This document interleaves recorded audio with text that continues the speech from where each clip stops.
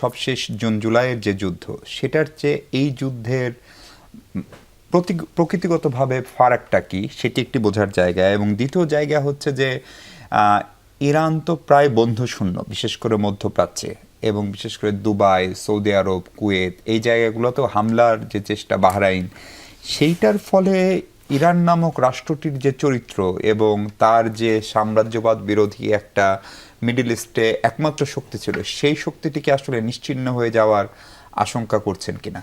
আমরা যদি 4000 বছরের ইতিহাস দেখি, তাহলে ইরানে কেউ কখনো টিকতে পারেনি।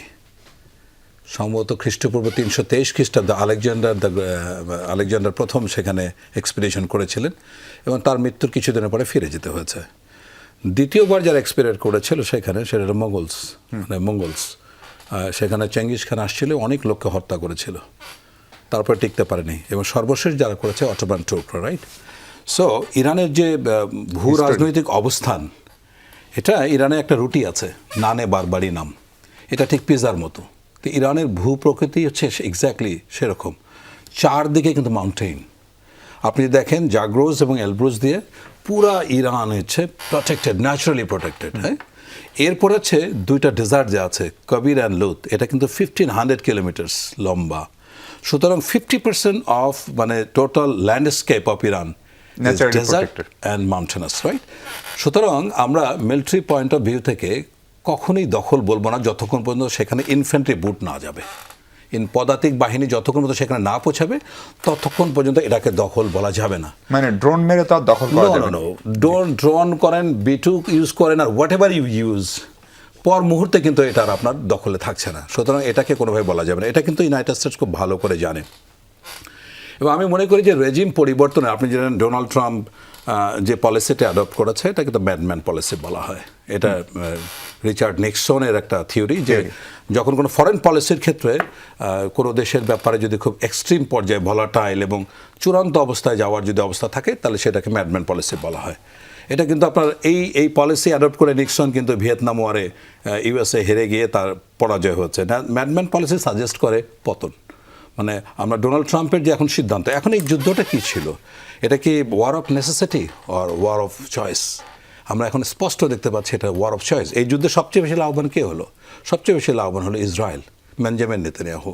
সে চাচ্ছিল দীর্ঘদিন ধরে, বেঞ্জামিন নেতানিয়াহু চাচ্ছিল যে ইসরায়েলকে, মধ্যপ্রাচ্যকে ইসরায়েলের মতো করে সাজানোর জন্য, এবং 2 যুগ ধরে চেষ্টা করেছে যে কোনোভাবে হোক না কেন আমেরিকাকে এই যুদ্ধে সম্পৃক্ত করা। সেটা এখন ডোনাল্ড ট্রাম্প দেখেন, আপনার প্রথম যে কথাটা, এই স্ট্রাইক শুরু করার সাথে সাথে যে কথাটা বলেছে, এলিমিনেট মানে হচ্ছে উচ্ছেদ করা। এর 3-4 ঘন্টা পরে তার স্টেটমেন্ট, ওই যে বললাম যে পাগলা রাজার কিছু তো বিশেষত্ব থাকেই, সে বললো যে না, এটা হলো অ্যানিহিলেশন। এটা প্রত্যেকটা কিন্তু মিলিটারি টার্ম। অ্যানিহিলেশন হচ্ছে গিয়ে ধুকে ধ্বংস করা বা ধুকে তাকে পরাজিত করা। এক্স্যাক্টলি সেটা দেখেছে। এখন রেজিম চেঞ্জ কি করতে পেরেছে? পারবে না। কারণ ইরানের যে সেই মানে খোমেনির যে প্রতিষ্ঠিত যে ব্যবস্থা, এইটা এত সুদৃঢ়, এত গভীরে প্রথিত যে এটার শিকড়কে টাচ করতে পারবে না ইউএসএ কেন, পৃথিবীর কোনো ব্যবস্থাই পারবে না। এখন দেখুন সর্বশেষ মানে ডোনাল্ড ট্রাম্প ঘোষণা করলো 5টা পয়েন্ট বললো কেন সে যুদ্ধটা করতে যাচ্ছে। 1 নম্বর বলছে যে ইরান ভবিষ্যতে কোনো দিনে যেন ইউরেনিয়াম এতটা সংগ্রহ করতে না পারে যে তারা যেন নিউক্লিয়ার ওয়েপন তৈরি করা যায়। দেখুন ইরাকে কি হচ্ছে, ইরাকে আর সাদ্দাম হোসেনের বিরুদ্ধে যে অভিযোগগুলো করেছে যে তার কাছে এরকম মারণাস্ত্র আছে, মাস ডিস্ট্রাকশন ওয়েপন আছে, আমি ওই জায়গাটা ছিলাম, লাকিলি কয়েকটা স্কারের জায়গা ছাড়া কিছু না, পরে কিন্তু কিছুই পাওয়া যায়নি। এর উপরে বেস করে ইউএসএ 2টা যুদ্ধ করলো, 1999 এবং 2003-এ। তো যাই হোক না কেন, সেটা একটা মানে ফলস একটা বিষয় ছিল, এটা ক্লিয়ার হয়ে গেল।